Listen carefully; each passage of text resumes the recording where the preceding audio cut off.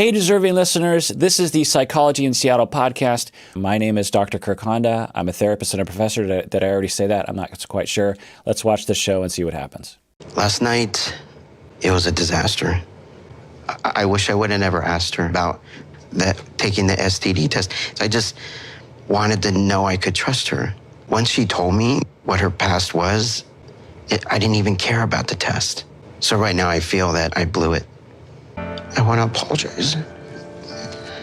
Okay, so he says he wants the opportunity to say that he's sorry. I wonder what's actually going on inside of him in this moment. Is it that he genuinely feels sorry? And if he is sorry, what is he sorry for? Or if it's more of a primitive feeling that he's having in regards to just being alone and being rejected. Well, thank you for coming.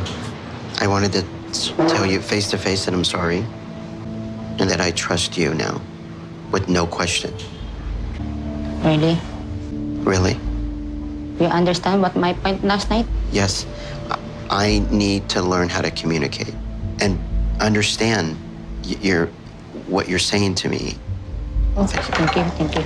Yes, working on communication is great. I would also think that he needs to work on his attachment security and how he takes ownership of his attachment worries and how he manifests his attachment bids. Yeah, last night you hurt me, right? So I'm angry. For me, it's hurt my past. So you don't ask me again for you want the test? Never. I want you to know that my heart hears you. And I will always trust you and I'll always love you from this day forward. If I were there as a couples therapist, that I would say, great, Ed, you're apologizing. That's great. And do you accept his apology, Rose? But then I would get into more depth on it. Ed, what are you apologizing for exactly? What did you do that was wrong in your eyes? And why did you do it? Let's just get down to brass tacks as to why it happened in the first place.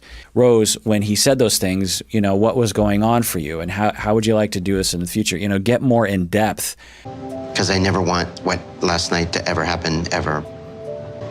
You're teaching me that I need to learn how to love. Great. And what's the deeper level there? What's the deeper lesson? He says he doesn't want what happened last night to ever happen again. What exactly?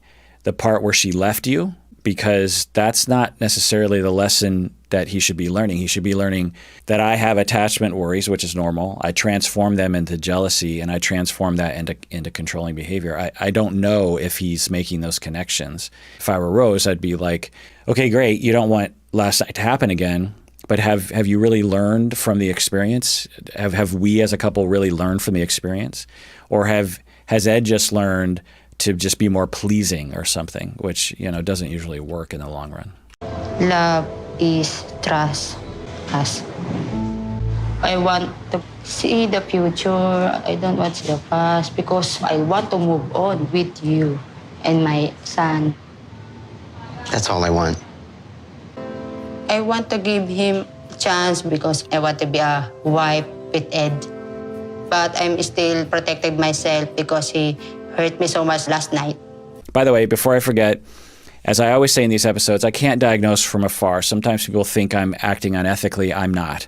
Believe me, I've consulted with many ethical experts, legal experts. I'm an ethical scholar myself. I've written papers and done a ton of research on the ethical codes and the standards of practice regarding how to do these kinds of videos. I've been doing a podcast for 12 years.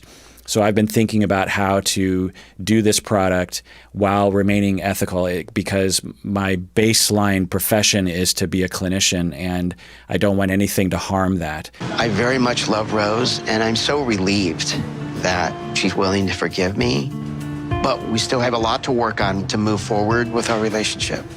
I want her and I to get to a place where she's comfortable accepting my ring and I'm comfortable getting down on one knee. But we only have 19 days left together, and I'm worried if that's enough time. All right. Well, that does it for that installment of Psychology in Seattle, in which we follow Ed and Rose on 90 Day Fiancé. Tune in next time or when we continue with the story of Ed and Rose.